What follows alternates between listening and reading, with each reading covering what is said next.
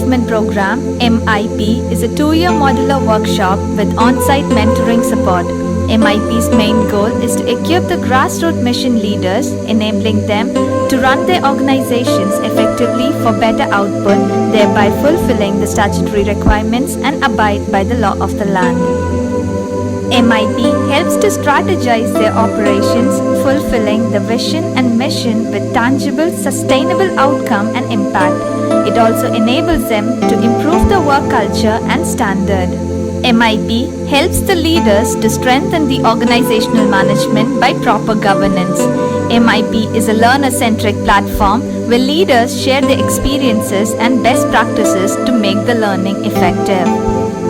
MIP covers 6 core fundamentals of organizational development. They are financial management, project planning and management, resource mobilization, governance, human resource management, leadership development and team building. The modules are customized based on needs. Each module starts with training needs, survey of the organization, and inputs are made on various standards and requirements for improvement. The participants develop their own plan of action to meet the required standards and to provide quality services. With every workshop, MIP mentors visit the organizations and further help them to implement the desired changes by helping them overcome the challenges and barriers. Changes implemented and the impacts made are reported while attending the next module. We are delighted to inform Shalom Institute of Learning has completed 2 batches of training from 2014 to 16, mentoring 20 organizations. In MIP's second phase, from 2017 to 18, we have trained and equipped 23 organizations from 11 different states of India. The third phase of MIP is starting from 28 October 2019 to train and equip 27 organizations from 10 different states of India. Let us now look at each training module and the lessons covered during the second phase. Module 1, Financial Management. It covers basics of financial and account management and its challenges, budgeting, monitoring, documentation, reporting, legal and income tax compliance. But if you don't plan it, both in terms of money, materials, manpower, resources, all kind of things, it's a foolish. It's not the vision, it's not the burden, but somewhere people fail in the planning. They are not forecasting, they are not anticipating what is going to come. Module 2, Project Planning and Management. It began with revisiting the vision and mission and develop right strategy with goals and objectives followed by planning exercises and activities. Each organization is assisted to develop monitoring indicators at every stage. When God gives you a particular passion, I want you to do something. So there's vision which originates from God to us, which motivates us, right? And there's vision which can come out of what we see. We see needs around us which again move us and we want to do something. Module 3, Resource Mobilization. It is about exploring ways and means of raising resources. During this module, the partners went through an extensive exposure on God's kingdom economy, missions promotional strategies, resource generation, vision casting, donors' perspective on fundraising, and developing sustainable resource generation plan. Module 4, Governance module highlighted the functions and roles of the board members, board meetings and documentation, organizational growth, sustainability and challenges, values and policies, integrity and transparency, strategic planning, and developing a responsible board. Module 5, Human Resource Management began with biblical principles of people care, followed by statutory compliance, goal setting, failure in HR system, moral and spiritual challenges, dimensions of performance, employee engagement, job enrichment, current HR trends, and finally HR policies and procedures. Towards the end, the participants identified 5 key areas of challenges on people care. Value system is strong resources for preaching to hundreds of people worldwide. Churches himself cannot afford to ignore the principle. That's what I am trying to tell you. And they cannot say that we have to follow, so we don't follow, we don't establish a system. That is suicidal. Why it is suicidal? Because your intention should be give legacy to the coming generation. Not that you establish something, you have selfishness, and after you go, everything will collapse.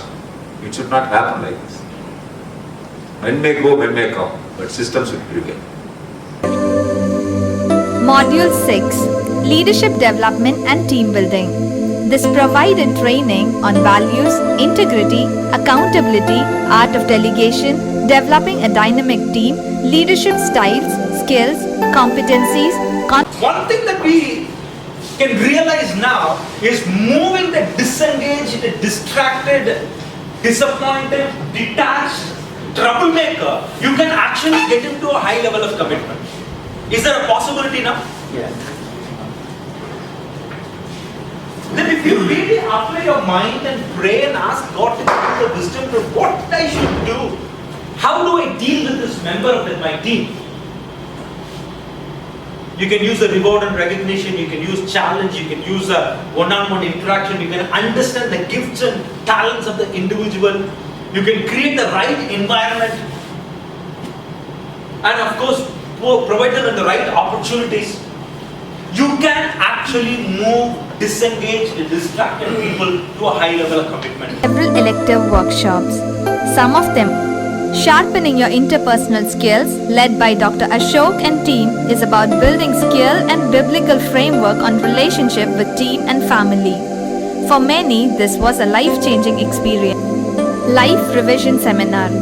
It is an opportunity to reflect our journey, revisiting our motives and vision, setting in line with God's perspective. This is an effective reflective learning, one of its kind, facilitated by an experienced physician, Dr. K.O. John. Mentoring and coaching. It is a complete new aspect in leader development in the mission arena, though it is widely used in the corporate world. Mr. Inbasekaran, an eminent corporate coach, took us through the principles and introduced peer coaching. 30 leaders participated and developed roadmap to be a coachee and to be a coach. We feel proud of introducing resource persons with rich experience who volunteered to help learning in full measure. We also acknowledge the hard work and sincere effort of all the resource persons from their respective areas of expertise.